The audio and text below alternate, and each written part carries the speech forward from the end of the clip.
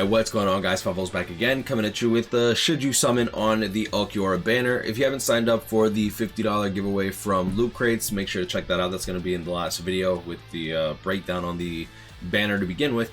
But I do want to talk about whether or not you should summon on this banner, and my real answer to this is honestly going to be a no, and there's a lot of reasons for it. Now, if you're new, I will talk about this banner and maybe why you should summon, but I do want to just give a little more context on the future of Bleach Brave Souls versus the banners that are potentially coming out, etc. Right? So as we saw in the anime, and that would be a slight spoiler-ish, we are slowly getting up to the point where Kenpachi is going to be with Retsu, and that is going to be very, very interesting due to Retsu being foreshadowed to be coming soon, right? In terms of not Bleach Brave Souls, but in the anime. So as I'm not going to spoil what happens, blah blah blah, especially for those that are watching the anime. It is what it is. But with that being said, I do think it's very possible that we might be getting a Retsu Kenpachi end of the year banner again. We have gotten 1000 Year Blood War Kenny Retsu 5 years ago, so like a 5-year anniversary. Very, very possible. We've gotten Spirits Are Forever With You Beyond Bankai Kenpachi and Retsu, and then we've also gotten, I feel like there's one more Retsu that I can't think of. Maybe I'm just tripping. Maybe it's just two, but I could see it happening again. Either way, let's just get right into the actual banner that we have here. We do have a lot of basura. There is a basura is garbage. For those who don't know, it's a lot of trash. The only character here that I think is really like quote unquote valuable that is in the filler is probably going to be between Nozomi and Redux Toshiro. And the reason I say that is Redux Toshiro is a Chronicle Quest bonus character, while Nozomi is a Technique Droplet Drop plus 30% and Technique Link Slot Potion plus 5. This girl, in my opinion, is worth getting to T20 because she is one of the best epic raid farmers as of right now. And with epic raids, you can get potions and droplets, and then she also provides value with her revive mechanic, which when sometimes the bosses get a bit difficult or whatever, this revive mechanic can get you out of a nice little big fat long schlong pickle, right? And then on top of that, you also get the access of the revival so that your characters can survive, and then you give her weakened defense and full stamina damage boost so that your friends can also clap. You know, you can run the train right through Yuha, for example. Next, Nell, honestly, she has some nice big bazungas, but that's like pretty much the only big thing she got besides her soul trait. Redux Toshiro, Chronicle Quest bonus character. Not really much to say here. He's just a Chronicle Quest bonus character. He's alright. Strong attack, recharge 14% Link. Nothing really special about her aside from her disabler, but who cares about disabler when you have no value? Like, no offense. I'm very... People get mad when I'm very critical about characters, but the reality is, if I'm not critical about characters, then you have the potential of other people saying, oh, Spice says she's a good character, and she's alright, she's okay, but should you spend orbs on her over someone like Swimsuit Nell? No, absolutely not. And I don't want people falling for, oh dude, this Veruca is so cute, I'd love to backslap that ass and get right under that skirt, because I said, oh, she's a pretty good character. Oh, she's pretty good, so that means I should summon. No.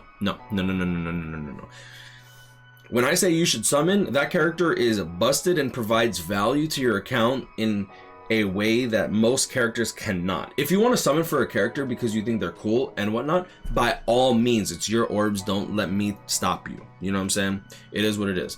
But I'm gonna give you the pros and cons, whether you like it or not. If you don't like hearing the cons, say goodbye. Hey, there's plenty of other people that'll gaslight your ass into thinking, oh my god, that's a good character, and that's a good character. No, I'm sorry. It is what it is.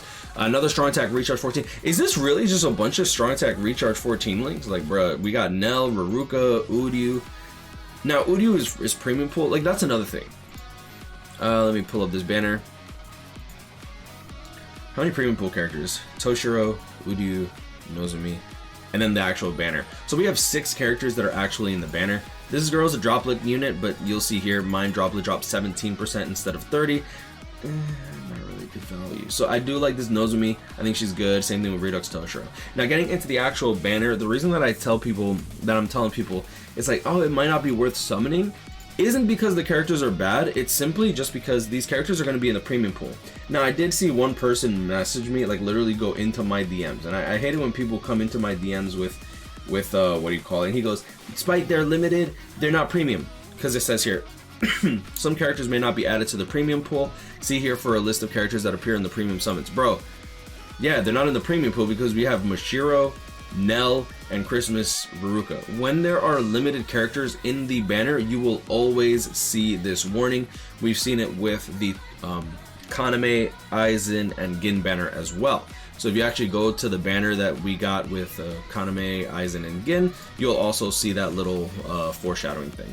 Kenpachi lineage, not a bit bad banner, limited characters. Uryu's really good character. But let's get into the meat and potatoes of the actual banner, right? Now, going into it, this Power Ulquiorra is a really, really good normal attack damage character. But the reason that I don't necessarily think that this character is too busted outside of Guild Quest, he is good in Guild Quest. I'm not gonna lie, he's great in Guild Quest. But my issue with this character is he has multi-barrier, so he has a bunch of barriers, which is great and good for your team. But his second strong attack is a debuff mechanic, not a buff mechanic. Buffs will last for 20 seconds. Debuffs will last until that enemy dies. After the enemy dies, if another wave were to spawn, including in Guild Quest, that wave will not be debuffed. The debuff lasts for like 20, I think it's like 10-20 seconds. I don't even know, because it's kind of a mid, in my opinion, it's a mid mechanic. It lasts like 20 seconds, and if the enemy dies, then it's kind of over. Like, it's not like he's constantly debuffing whoever spawns, so it's not really like a buff where every person in the team is going to be staying buffed. His first strong attack is pretty good. He has the 18% magnification for strong attack. The only issue with this in Guild Quest in particular is he could potentially launch the enemy outside of your strike zone. So that can also be an issue. But if it's just like a normal PvE content, this first strong attack could be good. Next, 800 AoE distance second, and that's going to be the debuff mechanic. And then the third strong attack is going to be a standard full screen third strong attack. And he has a ranged nat, like he's a ranged nat character. In Arena, he picks up Last Ditch Survival, which is kind of cool, because that can make him annoying since he does have Poise, Multi-Barrier, right? Bruiser of 40%, normal attack damage, Link of 20%. If you T15 him, you're going to probably give him full stamina damage boost, because he does keep his full stamina damage boost fairly well. Going into his innate skills, you also have full stamina only, normal attack damage plus 40%. So this character is going to be getting the Bruiser 60, full stamina 25%, whatever you give him through your links and accessories, and on top of that, if you stay at your full stam, he's going to be getting an extra 40% normal attack damage. One thing to note about this full stamina only is he does not heal himself in any way. He does not have stamina recovery, so that could potentially be an option if you are using him outside of Guild Quest. That'll be completely useless in Guild Quest, the stamina recovery skill, if you T20 him, for example. But other than that, I don't think he's a bad character. I just think he's a very strange, he's just not broken, and that's fine. He's just a really good net character. Ain't nothing wrong with that. Alright, next we do have Mind Ulquiorra, probably one of the most valuable characters because of his skills. You have increased status ailment chance against heart attribute enemies. You have heart droplet drop plus 30%, heart link slot potions, and super heart link slot potions. Now, since he has the droplet link slot super links skills under his umbrella, that means that this character is valuable in IZ, Inheritance Zone, Inheritance Trial, Droplet Zone, Epic Raids, Awaken Epic Raids. This character has a lot of value because that means that he can farm literally almost all content in the game that's relevant currently. I don't know if Caleb's gonna do like super duper link slot potions at some point to try to get us to like T30, because that's what a lot of people are talking about. It's like, oh, we might get to T30, we're gonna get new skills. Caleb did announce that we're going to be getting new skills, and I'm hoping that it's not like a new status ailment duration, because we already have all the status ailment reductions. So I'm interested to see if we get something like Guard Break. That'd be cool, or Havoc. That'd be amazing. So Team Party Mind Attribute Arrancar, damage to status ailment affect enemies plus 40%. Very, very specific, but that also means if he is to proc, which is very, very easy to proc, he will get an extra 40% damage. That's really good. Berserker 40%, you probably give him full stamina damage boost. Unfortunately, it is what it is, but full stamina damage boost 25% as a T15 skill is kind of staple, just because it is a really, really big damage increase. And he also has Team Party recover 20% stamina, so it's very easy for him to keep his full stamina damage boost. And the reason that I'm bringing that up is because it scales incredibly well. Someone was telling me, is like, oh, if I don't want full stamina damage boost, should I go with like Sprinter plus 2 long stride? And it's like, if you have them like 2 out of 5, 5 out of 5, going Sprinter long stride for the T15 and T20 skill is not a bad idea. It's just that full stamina damage boost just scales incredibly well on characters that don't normally have full stamina damage boost, or they have like full stamina damage boost 25. It's just a really big damage increase. So if you're comfortable with playing the game and not getting hurt or not getting hit too much, full stamina damage boost is incredible. So going into his kit, this character, click, motherfucker, there you go. So this character has a 750 vacuum into, what does he have? He has a weird thing, doesn't he? Yeah, he has like a vacuum explosion for strong attack, so this does hold you into place. In epic raids, this is a very dangerous first strong attack to pull off if you don't know the boss's timing. Okay, so just keep that in mind, but either way, it's his first strong attack. Second strong attack is going to be the same as 1000 Year Blood War Heart Ichigo, where it's a 1080 radius AoE around himself, and then full screen third strong attack around himself. In my opinion, I actually like the second, third strong attack. Like, this combo is really nice because it's just like, if people are around you, pop. If people are around you, pop. You just keep popping off your strong attacks. You know what I'm saying? I do personally like it. I love it when they turn a third strong attack into a first or second strong attack. We've seen that with the 2500 length beam. We've seen that with this 900 AoE. Strong attack around themselves. So I really do like this Ulquiorra. I think he's excellent. Just keep in mind that these characters are all premium pool units. You will be able to pull these from tickets over time. I'm not saying that you're going to get them right away. I'm just saying if you're able to hoard a lot of premium pool tickets, you're going to have access to a lot of characters. And I see a lot of people saying, should I farm the point event? Should I farm the point event? Guys, if you have bonus units for the point event, if you spend the 1100 orbs for soul tickets and then you just pummel that into the point event for Brave Soul tickets, you'll come out on top in terms of character roster. And that's really important, because even if you were to pull this like Ulquiorra, for example, which I think is probably the best in banner, if you don't have a character roster and you just have like 2 good units, like say you pull like maybe like 3-4 units in 1100 orbs, if you were to put that into the point event when you have the bonus unit, like +4 bonus units, you could potentially pull one of these characters and then a bunch of other characters. And Caleb has done, in my opinion, a really good job at coming out with good premium pool units. Like, I will talk about this again in a bit, but for example, if I type in just premium pool, like you have this Ulquiorra banner, you have the Aizen banner, the Kisuke banner, like these are all end of the month banner. Like, Caleb has been going out of their way to just come out with really good value premium pool units, and that's good. I actually really like that. I think Caleb's done a really good job. Now, going into this Ulquiorra, we have speed, attribute, or Rancor damage to status ailment affected enemies plus 40%. Now this, I'm kind of a little sad because he doesn't have Disabler. Not only does he not have Disabler, but instead of getting shared complete status immunity like characters like 7th Anniversary Ichigo or 1000 Year Blood War Yamamoto, this character has complete status immunity. So even though he is immune, it is kind of sad because shared status immunity means that he's immune and his allies are also safe as well. He has a Rancor Resonance, which is an increased strong attack damage per a Rancor on the team. It does not need to be a speed Rancor. It does not need to be Ulquiorra. It just needs to be a Rancor, which is pretty cool. Berserker plus 40%. So going to damage multipliers, this character is an SP based character. He has Berserker 40% built into his kit, status ailment spiritual pressure boost plus 80% when he procs a status ailment. He also has start power up item plus 2, and he actually picks up frenzy plus 2 in arena. So the start power up item and frenzy plus 2 is only going to be in arena, which is really strong. And I think that he has an actually really good kit for arena as well. So frenzy plus 1, havoc 20%, so you have some good range on it. Devastation 40% with bombardment. This is stupid levels of damage. I don't even know if I have it still pulled up. Yeah, either way, he has stupid levels of damage. Devastation 40%, bombardment. He has weakening, and then he also has speed attribute or wrong guard damage, not strong attack damage, damage. That means your soul bomb as well. 2 status summon effect to enemies plus 40%. This character is going to hit like a truck. Like if I compare his damage, I will compare his damage to Yamamoto here, because I compared to 7th anniversary Ichigo, and this Ulquiorra destroys him by a mile. It's like not even close. It's like double damage, which is stupid. Okay, let's do this.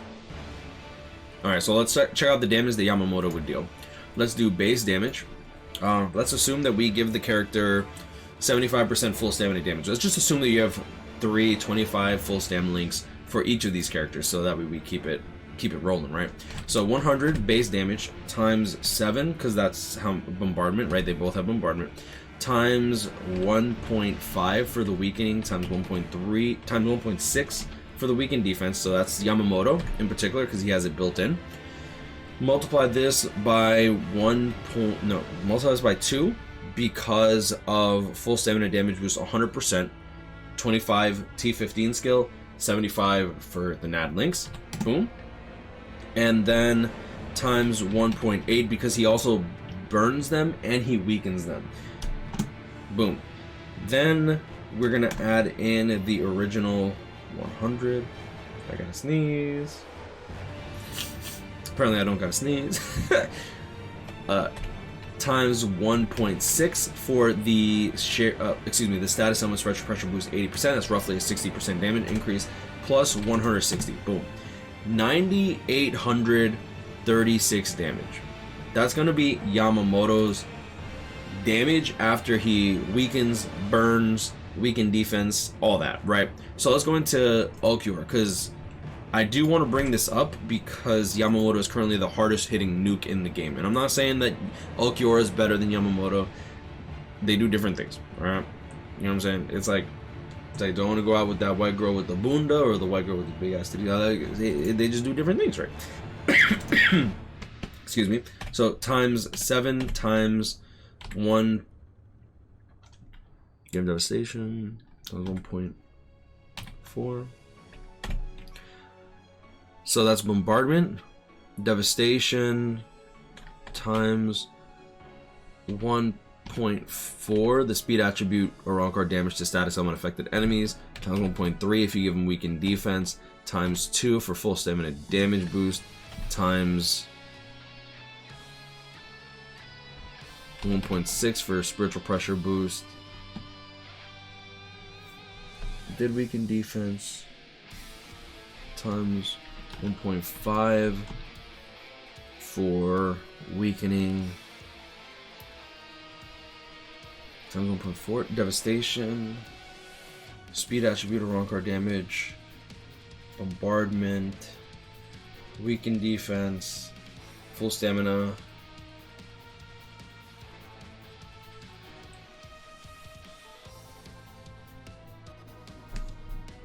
No, okay. Oh, I see the 1.6, and I'm like, oh, hold up. I'm like, I didn't put in the spiritual pressure boost. I was about to get scared. I'm like, ain't no way this character deals more damage than Yamamoto. Like at least that much. That'd be crazy. And then here it'll be full stamina damage boost with spiritual pressure boost. So it's 320, 160, 320, 320. And this 160 is supposed to be 320 also, so this is actually supposed to be an extra 160. So this is going to be...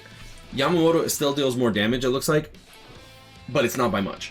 Yamamoto deals 9,996. I misput 160 when it was supposed to be 320. That's my bad.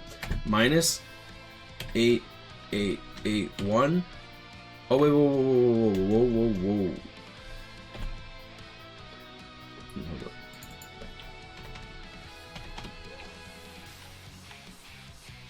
.8.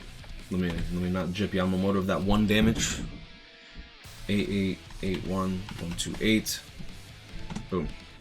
Yamamoto still deals roughly 12.5% damage more, but Yamamoto also deals more than double damage of every other character in the game that currently has bombardment. So this Ulquiorra reaching that level is really crazy, considering that Yamamoto does have Sprinter plus 2, But this Ulquiorra, don't believe this, but this Ulquiorra has a Sprinter +2 and Long Stride built into him. That means that you can give him full stamina damage boost and weaken defense without sacrificing mobility. And I think that that's really, really important to note, because his first and third strong attack are the same as Yamamoto.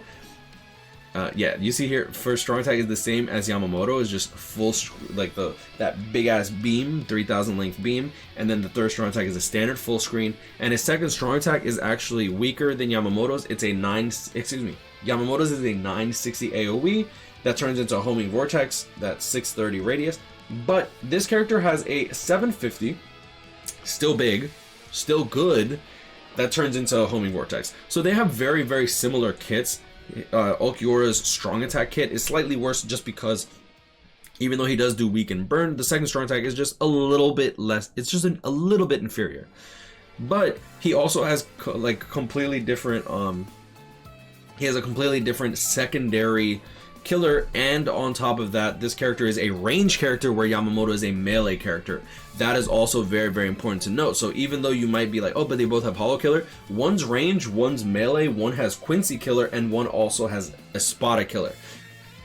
Both of them have very, very good secondary killers that people have problems with in terms of clearing content. And I think that that's very important, that this Ulquiorra has an Espada Killer, where before you had to pretty much, for melee and range weak, you pretty much had to use Rukia as main runner just because she was really, really good, unless you pulled unless you pulled Cacao Society Ulquiorra, which that's pretty much what I use. But yeah, either way, I apologize that this video ended up going on for so long. I did want to talk a little bit about Gin, and his value is just, he's just a Link, and then he also has the Linkstop Potion skill, but this being put onto literally any mind character with Linkstop Potions means that they can farm droplets as well, and this will stack. So he, like, if you get this Gin, you could potentially put him as a Link on this Ulquiorra and get Heart Droplet Drop plus 60%, and then you get the Linkstop Potion plus 5 skill, right? Either way, I think that this is a really, really good banner. I kind of wish that it wasn't triple Ulquiorra, but hey, I do like Ulquiorra, so it is what it is. I just hope that they don't do this for a character that I don't like. I don't know. Either way, my thought process is I'm personally going to do 2 steps. Like my boy said, is like, if you pull something, cool. If not, it's just 350 orbs, so that's pretty much what I'm going to do. I also want to save for end of the year, because I care more about Retsu Kenpachi than I do Ulquiorra. Unfortunately, it is what it is. And I don't feel like I need any of these characters, even though I do believe that they are all high value men.